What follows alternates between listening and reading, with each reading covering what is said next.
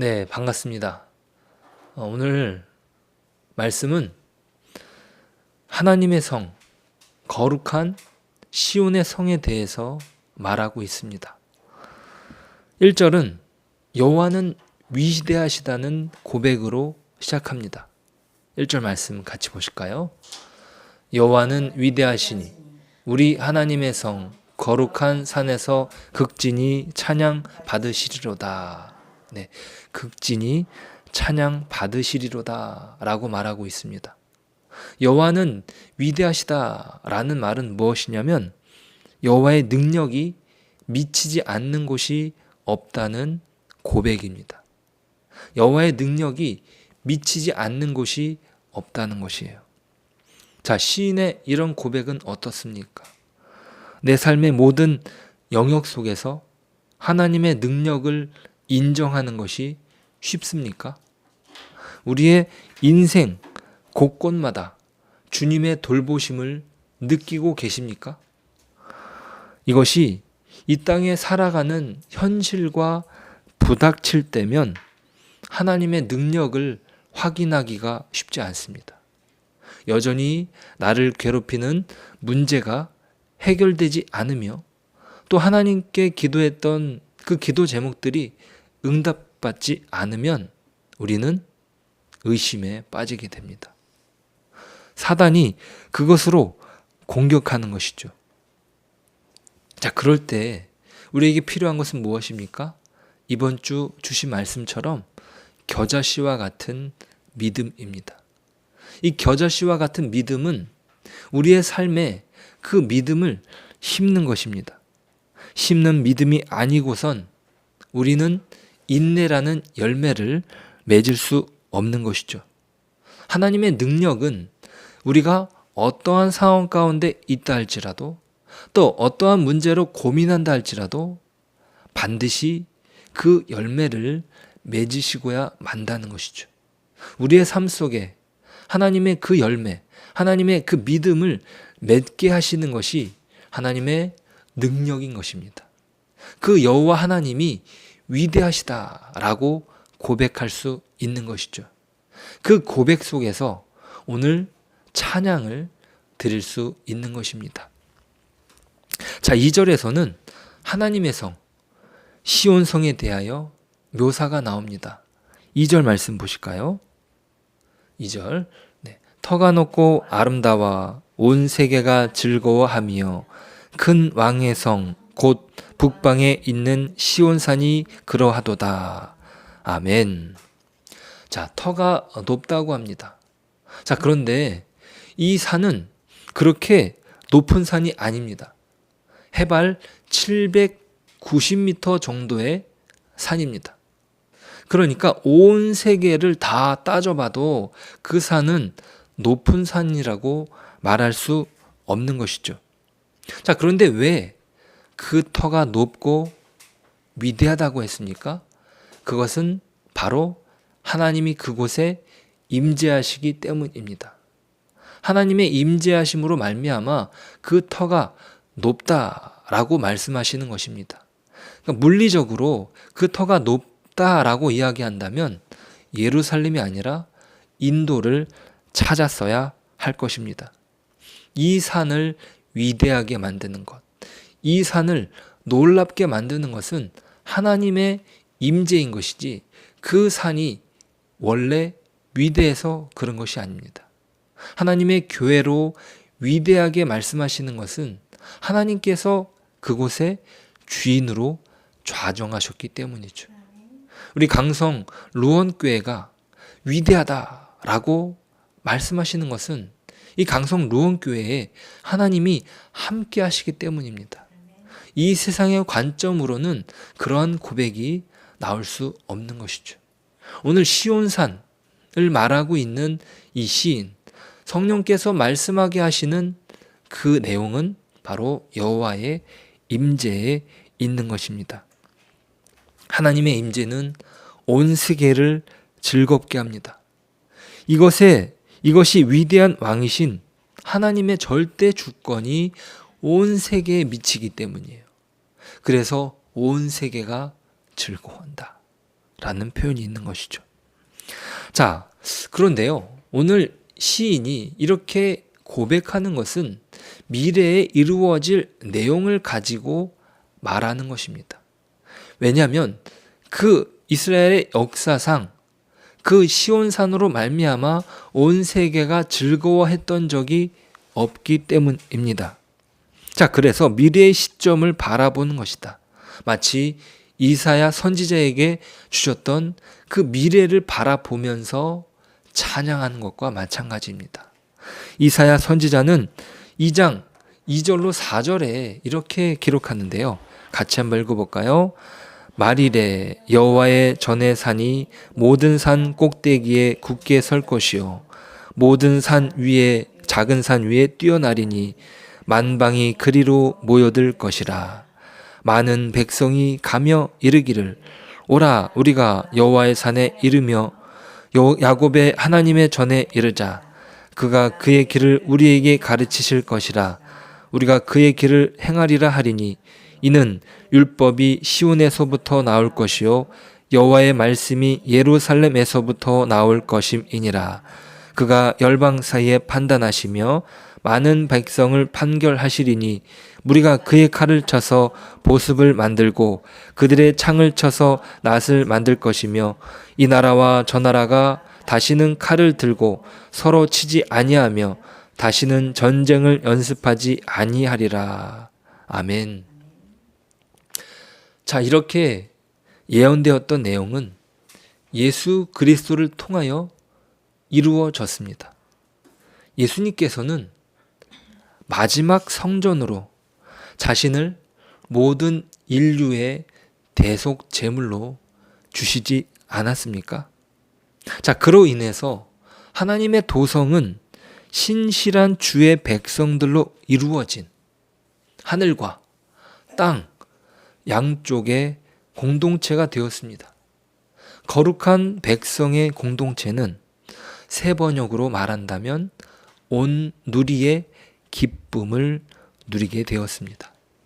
자, 이 교회는 권력과 착취가 아니라 정의와 사랑을 중심으로 이루어진 세상 속에서 구별된 공동체입니다. 자, 구약의 예루살렘은 뭇 백성을 불러들이지 못했습니다. 하지만 거듭난 그리스도인의 교회에서는 그리스도를 통하여 놀라운 역사가 일어나고 있는 것이죠. 십자가에서의 죽음이 도리어 온 세상에 주의 사람들을 불러 일으켰고 놀라운 복음의 역사가 사도행전에 기록됩니다. 주님을 믿는 사람들이 1,000명, 3,000명, 5,000명 그렇게 많아졌습니다. 그렇게 출현한 교회는 세상 속에서 하나님께서 주시는 선물이 된 것이죠. 자, 이렇게 많은 주의 제자들이 이루어질 수 있었던 이유는 무엇입니까? 예수님이 십자가에 달리실 때 그의 제자들은 다 뿔뿔이 흩어졌는데 이것은 어떻게 가능한 것입니까? 바로 하나님께서 그 십자가에서 부활을 이루셨기 때문입니다. 그 겨자씨와 같은 믿음의 씨앗을 맺게 하신 것입니다. 그것은 기적입니다. 자, 마른 땅에 그 씨앗이 떨어지면 당연히 그 씨가 마르고 열매는 맺힐 수 없는 것이죠. 자, 마른 땅과 같은 이곳에 예수님이 심기워서 예수님을 믿는 사람들이 그리스도인이라 칭함을 받게 됩니다.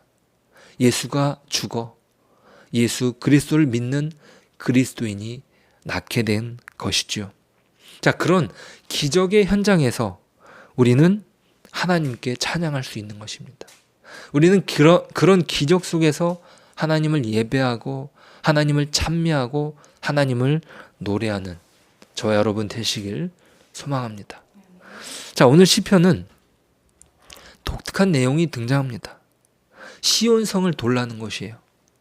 12절과 13절입니다. 12절과 13절 너희는 시온을 돌면서 그곳을 둘러보고 그 망대들을 세워보라. 그의 성벽을 자세히 보고 그의 궁전을 살펴서 후대에 전하라. 아멘. 자, 여기 동사들을 주목해 보시면은요, 시온을 돌면서 그곳을 둘러보고 그 망대들을 세어보라. 그 성벽을 자세히 보고 그의 궁전을 살피라는 것입니다. 자, 이렇게 함으로써 하나님을 찬양하는 이유가 더욱 많아지는 것입니다. 그 예루살렘 성벽을 보면서 그 예루살렘 성벽을 시온이라 칭하는 가운데 하나님의 역사와 하나님의 이루어 놓으셨던 그 현실을 보는 것입니다. 자, 이것은 마치 이스라엘의 역사 속에서 느헤미야 시대를 기억하게 합니다. 바벨론의 군대에게 멸망당했던 예루살렘.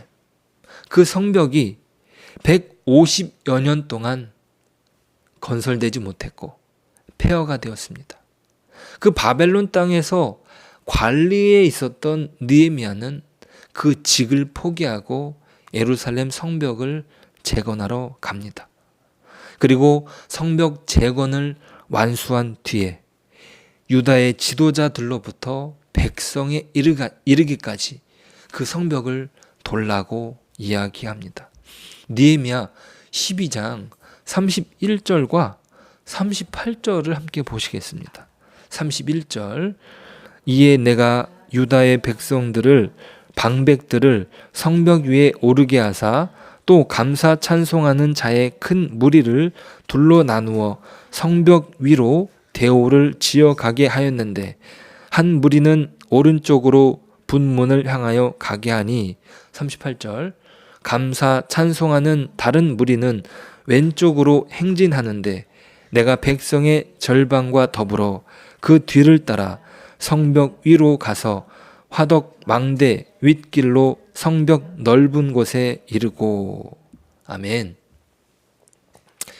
네, 시온성을 도는 행렬에서 그들은 이 시편을 노래했을지 모릅니다. 그죠? 그 시온을 돌라고 이야기했잖아요. 느헤미야가 이것을 기억하고 성벽을 재건하고 난 뒤에 그 성벽을 돌았을지 모릅니다. 그들은 시온을 돌며 둘러보고 망대들을 세워보고 성벽을 자세히 보았을 것입니다. 오늘날 이스라엘이 이 젊은 친구들한테 꼭 시키는 것이 있습니다. 그것은 바로 국토 순례예요. 이 젊은 친구들이 군대에 가기 전에, 이 군대도 아주 젊은 나이에 가거든요. 10대 중반에 갑니다. 그러니까 우리나라 청소년들이 군대에 가요. 그러면 그 친구들이 총대를 메고 나라를 지키는 거예요. 자, 그런데 그 나라를 지키는데 그 전에 해야 되는 일이 있어요. 그것은 바로 국토 순례입니다. 자신들이 지켜야 될 나라가 어떤 나라이고 자신들이 무엇을 지켜야 되는지 눈으로 보고 땅으로 밟게 하는 것이죠. 어떤 그런 전통이, 이 다음 세대를 준비하는 전통이 여기에 남아 있습니다. 17세기 영국 교회 지도자 중에 존 오웬이란 분이 있습니다. 이분은 이 말씀을 가지고 이렇게 말했어요. 자, 우리가 예루살렘 성벽이 없습니다. 우리에게는요. 자, 그렇다면 이 말씀을 우리에게 어떻게 적용할 것인가? 그래서 5가지 의미를 보았습니다. 제가 말씀드리겠습니다. 첫 번째는요, 교회의 왕, 시온의 왕이신 예수 그리스도. 두 번째는 허다한 하나님의 약속들. 세 번째는 교회를 돌보시는 하나님의 세심한 섭리. 네 번째는 하나님의 특별하신 임재. 5번째는 하나님의 언약입니다. 자, 이것들을 하나하나 생각해 보면은요. 자, 우리에게는 둘러봐야 될 물리적인 성벽이 없습니다. 그것을 둘러본다고 우리가 비행기를 타고 예루살렘까지 날아가야 되겠습니까? 그렇지는 않습니다. 물론 그렇게 하면서 우리가 영적인 유익을 얻을 수 있겠지만 그렇게 하라고 이 말씀이 주어진 것이 아니에요. 그러니까 그런 것이 문자적인 것이 아닌 것이죠. 영적인 것입니다. 이 말씀은 존 오웬의 말씀 이야기대로 하나님의 말씀인 성경을 통해서 하나님의 인자하심과 그분이 행하신 모든 일들을 연구하고 그 말씀을 우리가 읽으면서 그 말씀을 묵상하고 하나님의 뜻을 살펴보는 것입니다. 실제로 예수님이 우리의 참다운 성전이십니다. 예수님께서 이 땅에 오셔서 말씀하신 것이 무엇이에요? 저 성전을 허물어라. 그러면 내가 3일 뒤에 이 성전을 세우리라. 요한복음에서 그렇게 말씀하셨습니다. 그리고 예수님은 자기 자신을 가리켜서 말씀하신 것이라고 이야기하죠. 그냥 그들의 눈에 보이는 그 40년 동안 지어질 그 예수님이 당시에 아직도 계속 지어졌던 헤롯 성전이죠. 헤롯 대왕이 그 성전을 예루살렘 성전을 다시 지었는데 그게 40년인가 50년 동안 지어졌어요. 예수님 당시에도 이것이 지어지면서 사람들이 어떤 기대가 있었어요. 와, 저 성전이 지어지는구나. 야, 헤롯 대왕은 훌륭하다. 그리고 저 성전이 지어지면서 우리는 하나님의 보호하심 가운데 있을 거야. 어떤 그런 자만 가운데 있었죠. 예수님은 그 성전을 허물라고 말씀하셨습니다. 그 성전은 누구기 때문이죠? 바로 예수 그리스도입니다. 참 성전 대신 예수 그리스도. 자, 그런데요. 우리가 예수 그리스도 안에서 거룩하게 지어져 가는 성전이라고 에베소서는 말씀했습니다. 예수님이 머릿돌이 되시고 우리는 각자 서로 이어져 가면서 하나님의 성전으로 지음 받은 것입니다. 우리가 시온의 망대들을 세어 볼 때마다 교회를 허락하신 하나님께 감사하고 또 그리스도 안에서 새롭게 갖게 된 구원받은 신분에 놀라고 또 즐거운 것입니다. 우리는 버림받았던 죄인에서 하나님의 자녀로 변화된 것이죠.